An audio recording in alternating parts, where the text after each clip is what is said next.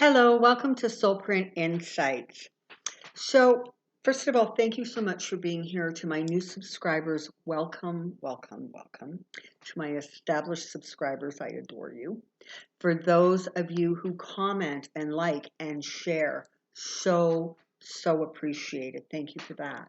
And anybody looking for a private reading can just check the box below. There's an email address. Send me an email and I'll send you the information.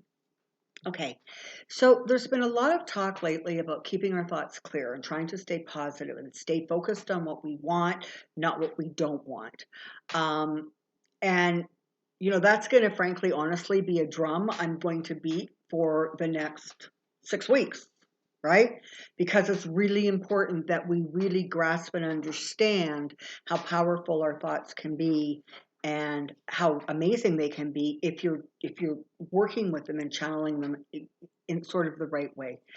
But in order to do that, you have to be able to maintain some sort of clarity or positive energy around it. And so I thought it would be a good time to review. Now, last week, I think, it might have been the week before, but I'm pretty sure it was last week, I recorded a channeled message from Masudius, and I released it about exactly that, about keeping your thoughts positive.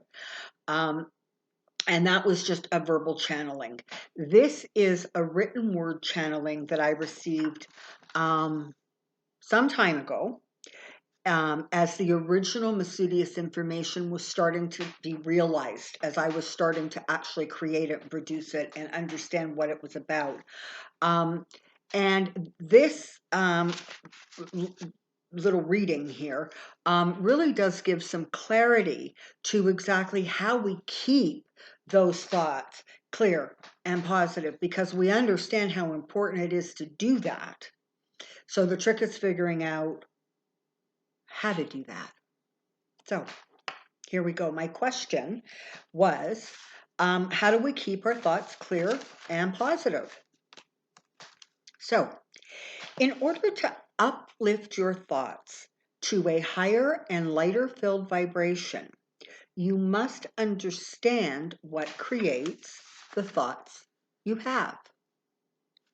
Your thoughts are created by what you believe, and your belief systems are often dictated to by your own feelings of worth and value. It can be very helpful to sit quietly and listen to that voice in your head. Understand what that conversation sounds like. You will be surprised at the number of times repetitive, negative thoughts mentally loop through your head.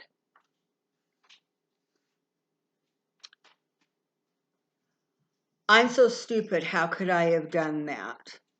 I could kick myself in the butt for not realizing that. You need to lose weight. You need to gain weight. You need to get a better job. Get it? It's like we are like perpetually beating up on ourselves. These then become the first piece of mental housekeeping. Mental housekeeping. You can wish for, daydream about, think and plan about. But at the bottom of it all, if you do not believe that you can really have it or that you deserve it, all the wishing in the world will not be able to overcome your own negative thoughts and thinking.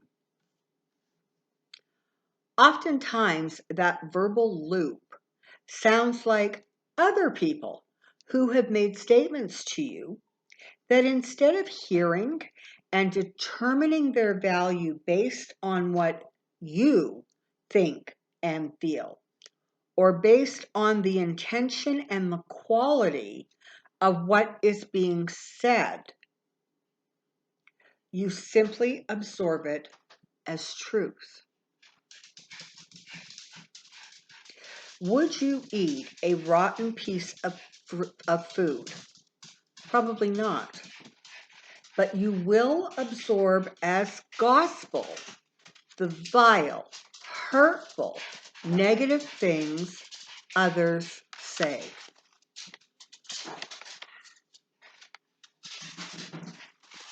Sorry, hang on. Sorry about that. It's a busy house, it really is. Okay, so, would you eat a rotten piece of food? Probably not. But you will absorb as gospel the vile, hurtful, and negative things others say. Think on this and ask yourself why you would do that. When you have that answer, you can begin the process of clearing out that which is not in your highest good, or that which does not serve you. Other times, the mental loop in your head is your own voice.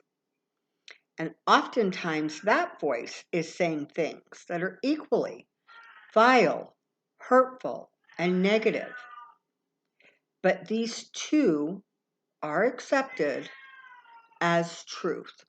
What's the matter, Jerry? Jerry has a lot to say at the moment. Most times, you do not even hear yourself saying them to yourself. Or you are not understanding that when thoughts are piled up and gain momentum, when you believe that those thoughts are your truth,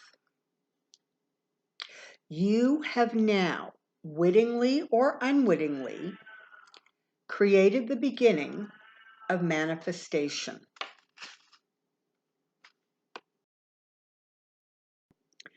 Remember that there is not some omnipotent being out there who was saying yes or no. Thoughts are simply thoughts, and they are powerful. So after you have listened to those internal conversations, you will determine what goes and what stays. Those thoughts and beliefs that do not serve you can be neutralized by replacing those thoughts with positive and lighter thoughts. I am not is replaced with I am. I do not deserve is replaced with I am worthy. Perhaps this visual picture will be helpful. See a circle, and this circle holds all of your thoughts. Thoughts of a lower and hurtful vibration, they visualize as dull and gray.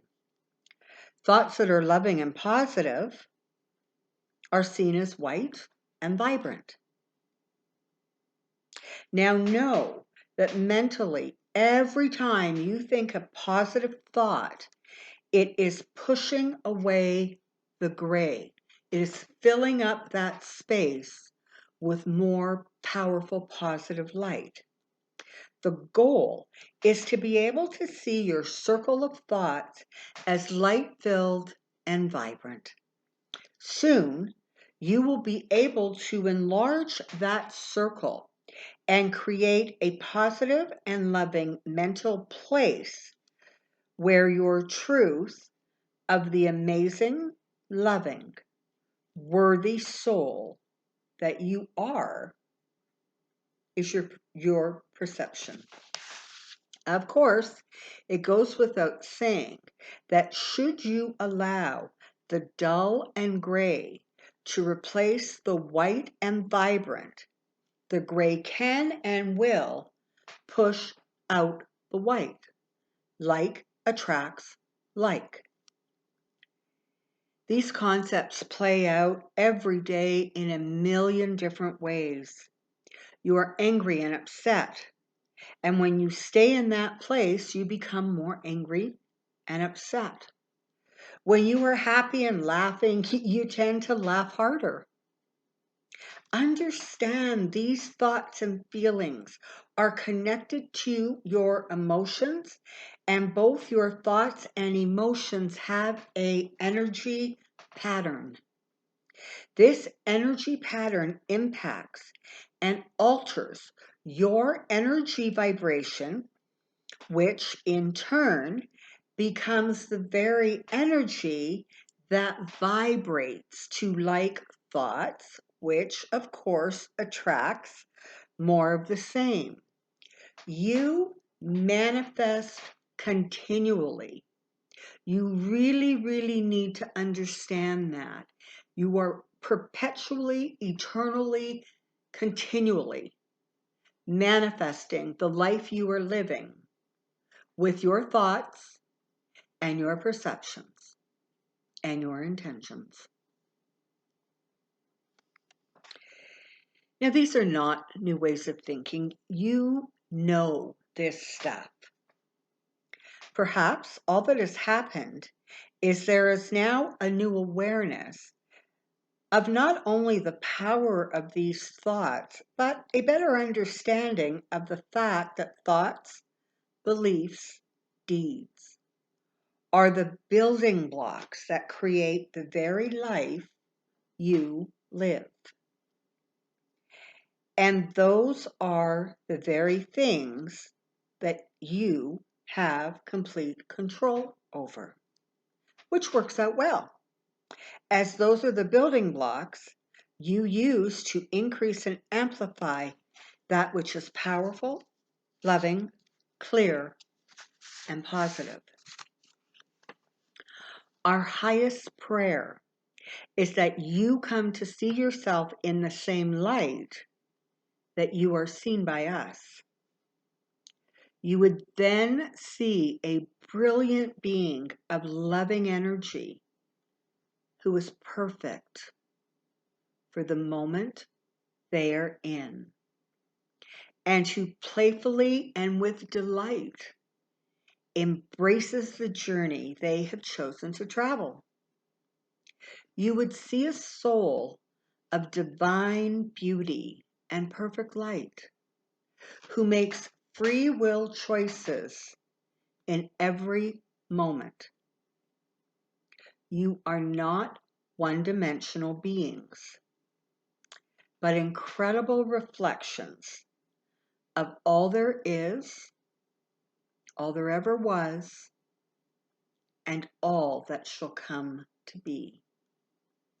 You are of the light, from the light, and enveloped by the light. This is your true self, and that self should, in fact, must be honored in all ways, as this is the point from which your life is created. The expression should be, you are what you think. You are surrounded with love and light as you reflect on these words and the truth they hold for you. So, these days, as things become more stressful and people get scared and people lose the ability to hang on to hope, it's like, I'm so scared to hope. Well, okay, but what that does is it puts you in a hopeless state. So how are you going to achieve what it is you hope for if you're not able to be hopeful? And I know that kind of seems like a bit of a silly question, but the reality is there's a lot of that energy going on right now, which is, wait a minute, things look like they could change for the better. I just better not think about it. I better not hope for it because I don't want to be disappointed. I don't want to be sad. Well, by choosing to not be hopeful and positive and to not put brilliant intentions towards and behind whatever it is, you're stuck. You're stuck in a place of feeling hopeless. You're stuck in a place where your thoughts are murky and muddy. You don't want to be stuck. Not when, with a little bit of work, you can change the negative programming. You can make it first benign, so those words, those ugly, hurtful words, just sort of become neutralized when you hear them. They neither have a hopeful, effect, but they also don't amplify the negative. And from there, you slowly make them positive thoughts, hopeful thoughts, that which you want to be and see, have, and experience come to you through the ability to make manifest the life you wish to experience.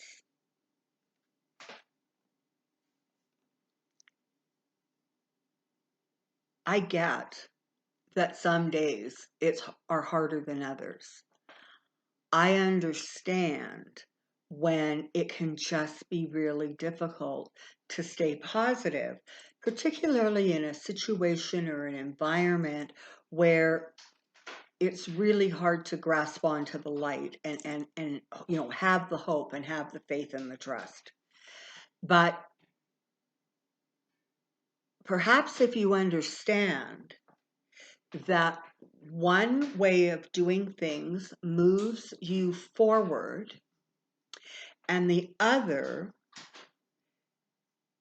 keeps you in that space, in that hopeless state, maybe that will help and encourage you to let some of the fear of being disappointed being replaced by the hope of seeing the dream manifest. Ultimately, we all have free will choices, and we choose every day. Every day, we are making our life manifest. So, I hope you have enjoyed that. It's really important that we just keep our thoughts really focused on higher, lighter vibrations. And hopefully that has given you some insights. Remember, you know this. You just need to remember that you remember. Until next time, thank you so much for being here at Soulprint Insights. Stand in your power and stand in your lights. Bye for now.